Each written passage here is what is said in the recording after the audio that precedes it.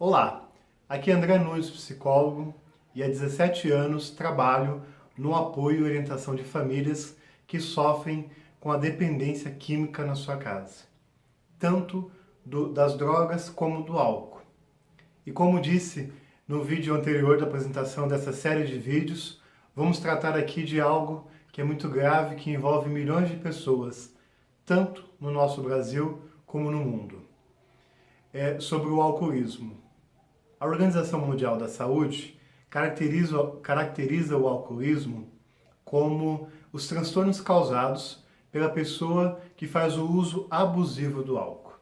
E aí quero lembrar vocês de uma estatística das pesquisas que mostram que 10 a 15% da população adulta do mundo é dependente do álcool, fazendo uso abusivo dessa substância.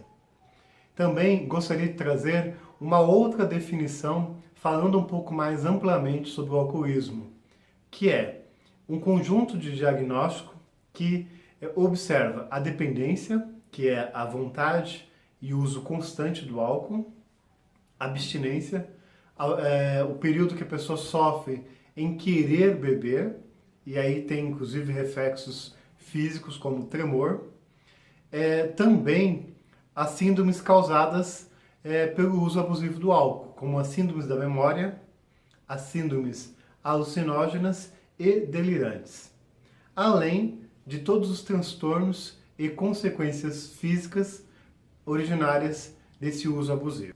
Existem alguns fatores, não é um único fator que faz com que desencadeia o uso abusivo do álcool. Existe o fator genético, onde por si carrega traços, características de sua origem familiar, e isso não quer dizer de forma única que todo mundo que tem um pai alcoólatra, o filho será alcoólatra, mas existe um fator de risco maior na sua genética, porque já tem aí uma descendência que vem carregada com o alcoolismo na família. E isso é uma predisposição que gera o risco. Claro, outro fator importante é a estrutura psíquica e emocional de cada pessoa, que essa estrutura faz com que as pessoas consigam lidar com situações no seu dia a dia, encarar de maneira positiva ou não.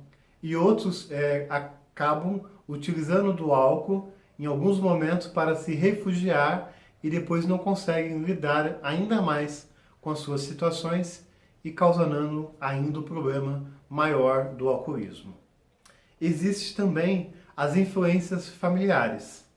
Um grupo de família que faz uso de bebida constante, ele irá com certeza desenvolver membros que façam uso da bebida. Se existir um fator de risco genético com a influência familiar do comportamento, esse outro fator de risco aumentará as condições de que a pessoa se torne um alcoólatra, um alcoolista em grande proporção.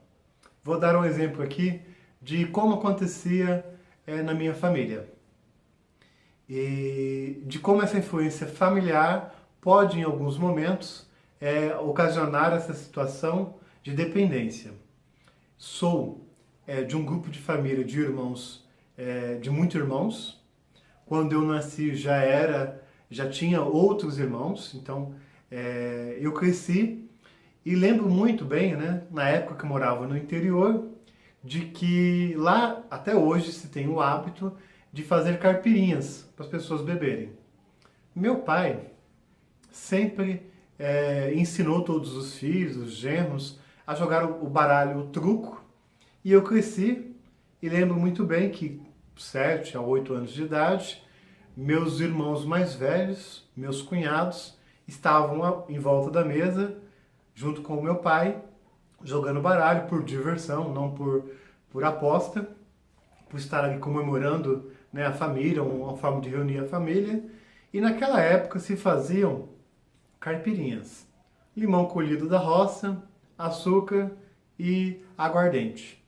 Quantas vezes, eu tenho isso na minha memória, faziam-se a caipirinha, passava-se na mesa para as pessoas beberem, e eu tinha 7 ou 8 anos de idade, experimentava, meu pai dava um pouquinho para experimentar.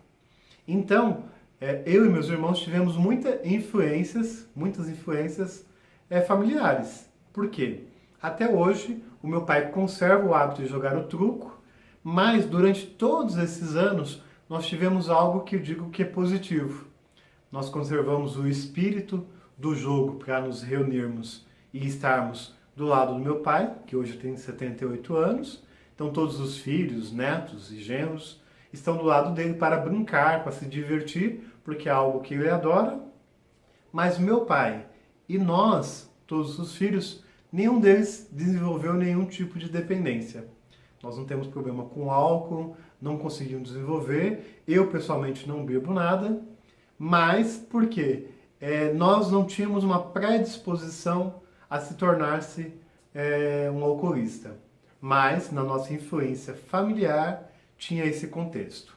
E aí, uma outra questão, falando sobre os fatores que possam desencadear o alcoolismo, é o fato de que a pessoa que usa droga ou bebe, ela tem a ilusão de achar que existe um autocontrole.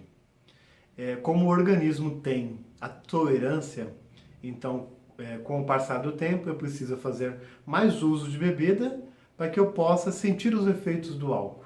E aí o organismo vai ficando tolerante. Chega um ponto que eu perco o controle dessa situação, desse fato de como eu bebo no dia a dia. E o alcoolismo é isso. Eu perco a proporção daquilo que eu vou beber, ao ponto de eu desejar parar de beber e não conseguir.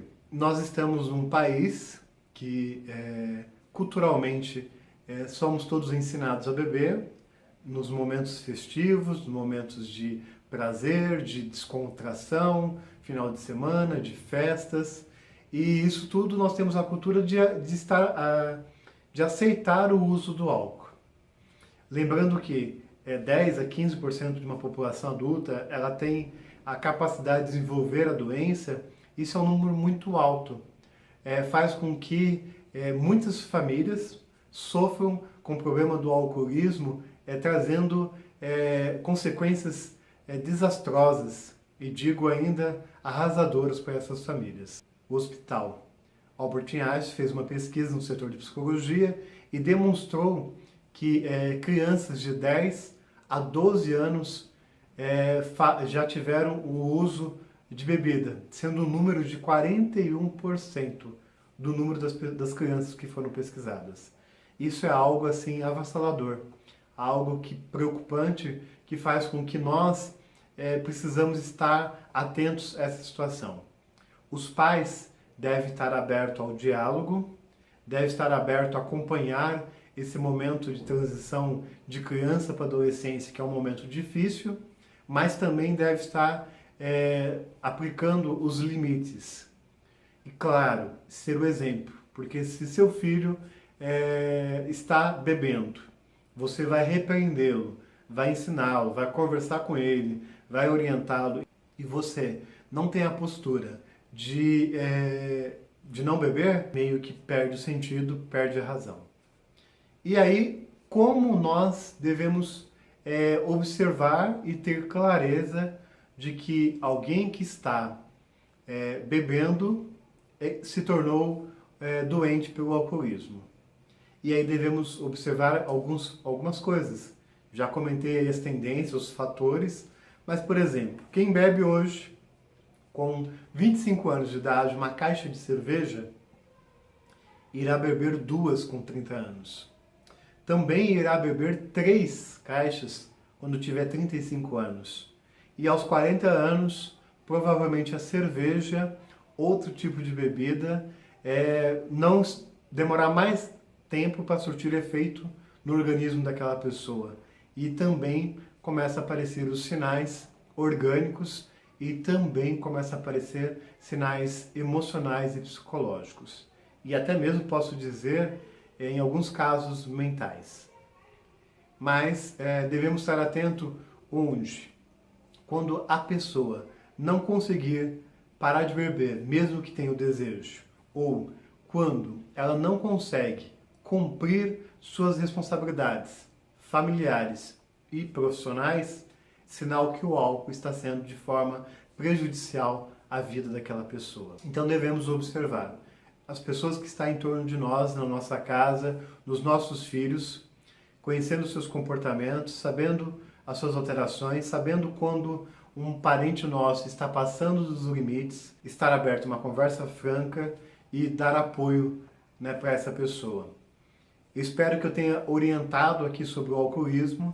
Quero que você deixe os seus comentários, suas dúvidas, porque nesses anos de trabalho com clínicas de recuperação, vi muitas pessoas, às vezes, julgando quem faz uso do álcool, e porque tratam essas pessoas como ser vergonhas, como pessoas que não têm caráter, que estão se escondendo atrás do álcool, mas na verdade são pessoas que sofrem pela doença e necessitam do nosso apoio. Mas também vi muitas famílias perdidas, famílias que foram afetadas pelo seu ente querido e que precisam mudar a postura, mudar a sua relação com essa doença para não adoecer juntamente com o dependente do álcool. E conto com você para que juntos possamos trabalhar nessas questões. Conte com o meu apoio, conte com a minha ajuda. E, como eu sempre digo, quem ama não desiste.